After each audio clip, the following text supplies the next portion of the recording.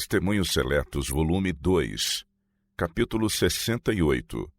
O trabalho espiritual do médico. Todo o que exerce a medicina pode, pela fé em Cristo, ter em sua posse uma cura do mais alto valor, um remédio para a alma enferma de pecado. O médico convertido e santificado pela verdade é registrado no céu como um cooperador de Deus, um seguidor de Jesus Cristo. Mediante a santificação da verdade, o Senhor dá aos médicos e enfermeiras sabedoria e habilidade no tratar os enfermos, e essa obra vai abrindo a porta firmemente cerrada de muitos corações. Homens e mulheres são levados a compreender a verdade, necessária para salvar a alma bem como o corpo. Esse é um elemento que dá nome à obra para este tempo. A obra médico-missionária é como o braço direito da terceira mensagem angélica, que deve ser proclamada ao mundo caído. E os médicos, os dirigentes e os obreiros em qualquer ramo, desempenhando-se fielmente de sua parte, estão fazendo a obra da mensagem. Assim, o som da verdade irá a toda nação e tribo e língua e povo. Nesse trabalho, os anjos fazem uma parte. Despertam alegria e melodia espirituais no coração dos que foram libertados do sofrimento e acendem a Deus ações de graças dos lábios de muitos que receberam a preciosa verdade. Todo médico em nossas fileiras deve ser cristão. Unicamente os que são genuínos cristãos bíblicos se podem desempenhar devidamente dos altos deveres de sua profissão. O médico que compreende a responsabilidade de sua posição sentirá a necessidade da presença de Cristo com ele em sua obra em benefício daqueles por quem foi feito tal sacrifício. Subordinará tudo aos mais elevados interesses que dizem respeito à vida que pode ser salva para a eternidade.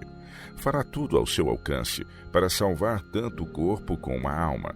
Procurará fazer justamente a obra que Cristo faria se estivesse em seu lugar. O médico que ama a Cristo e as almas por quem Cristo morreu, buscará fervorosamente levar para o quarto do doente uma folha da árvore da vida. Ele procurará partir o pão da vida com o sofredor. Não obstante os obstáculos e dificuldades a serem enfrentados, essa é a obra sagrada, solene da profissão médica.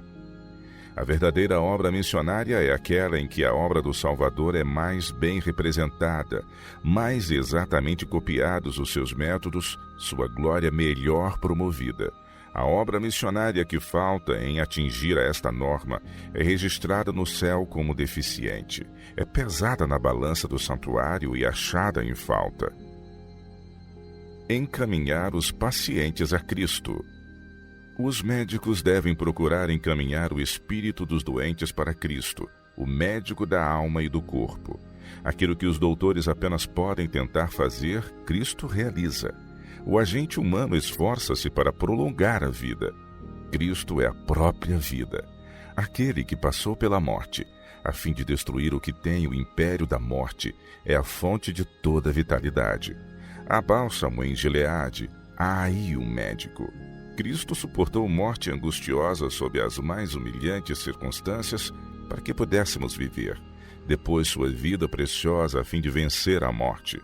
Mas surgiu da tumba e as dezenas de milhares de anjos que vieram assistir o retomar ele a vida que depusera, ouviram-lhe as palavras de triunfante alegria quando ele se ergueu do fendido sepulcro de José proclamando: Eu sou a ressurreição e a vida.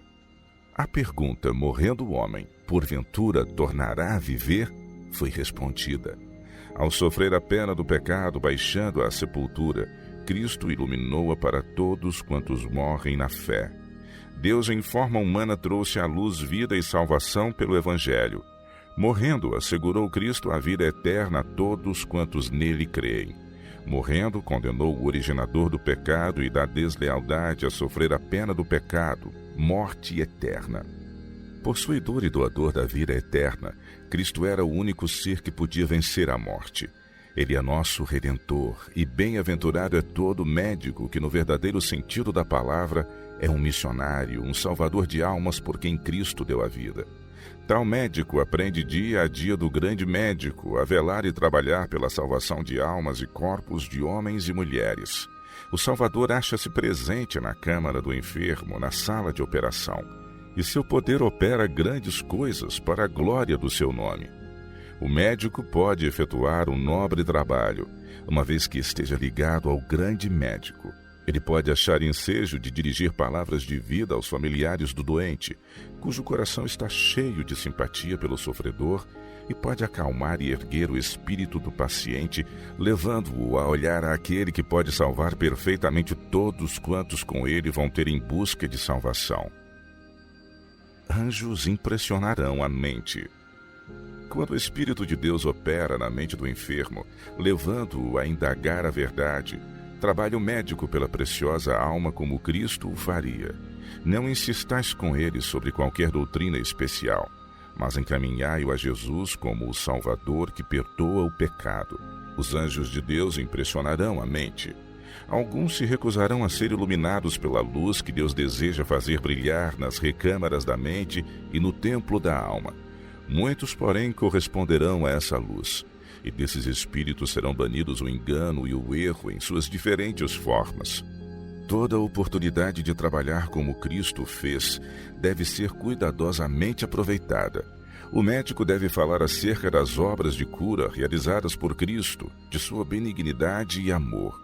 Ele deve crer que Jesus é seu companheiro, que lhe está mesmo ao lado. Somos cooperadores de Deus. 1 Coríntios 3, verso 9. Nunca deve o médico negligenciar ou encaminhar o espírito dos doentes para Cristo, o médico dos médicos.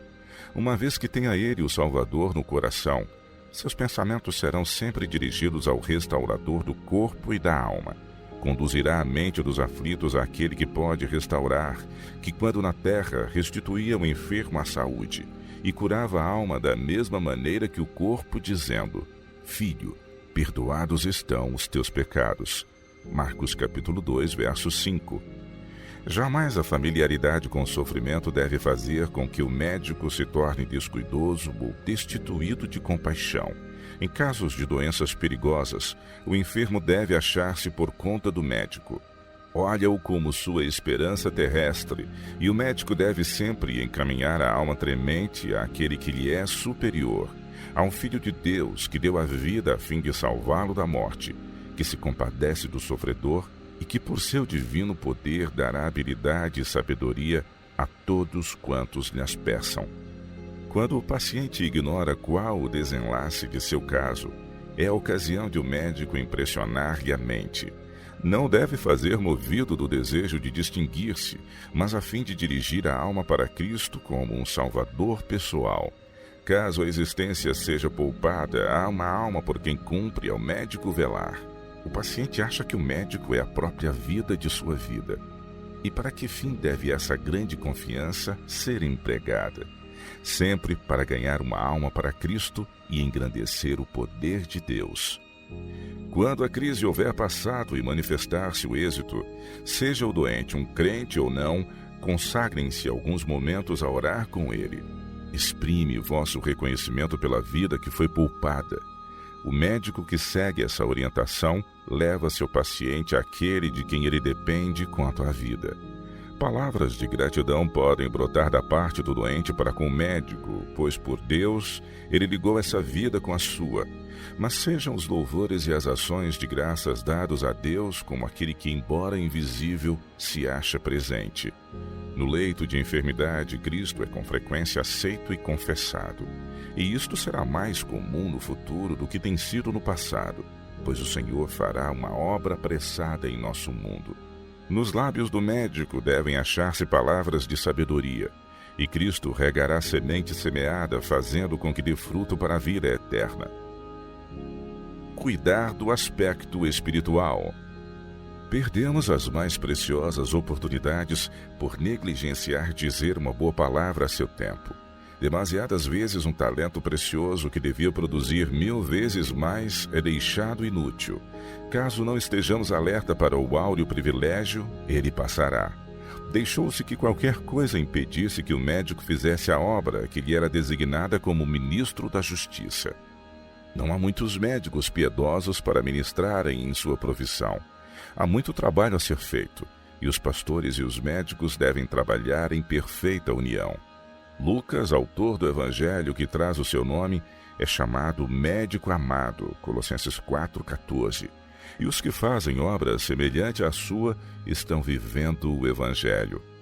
Inúmeras são as oportunidades do médico para advertir o impenitente, animar o desconsolado e sem esperança e prescrever para a saúde da mente e do corpo.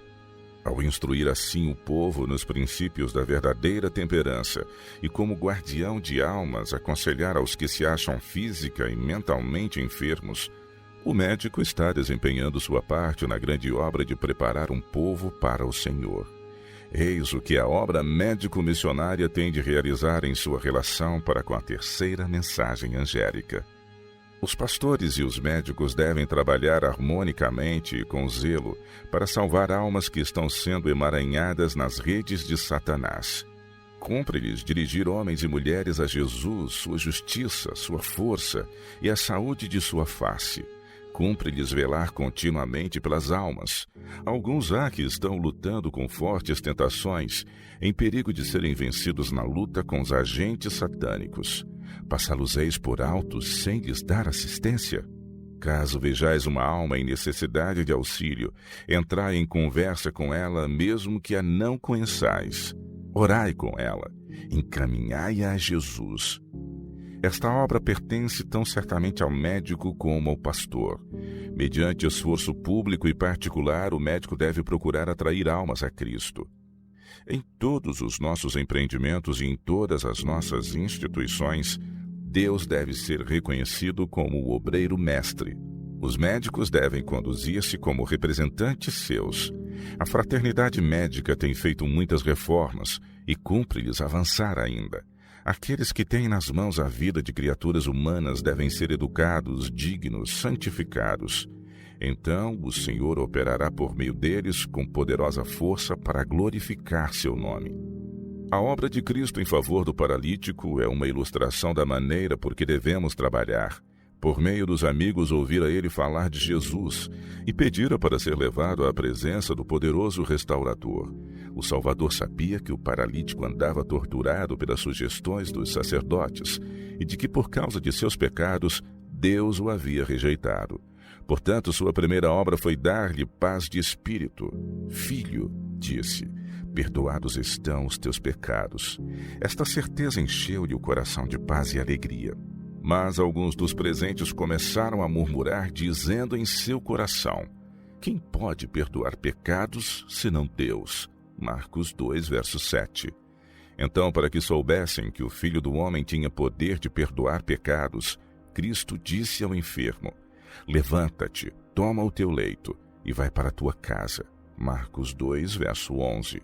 Isso mostra como o Salvador ligava a obra da pregação da verdade e a de curar os doentes.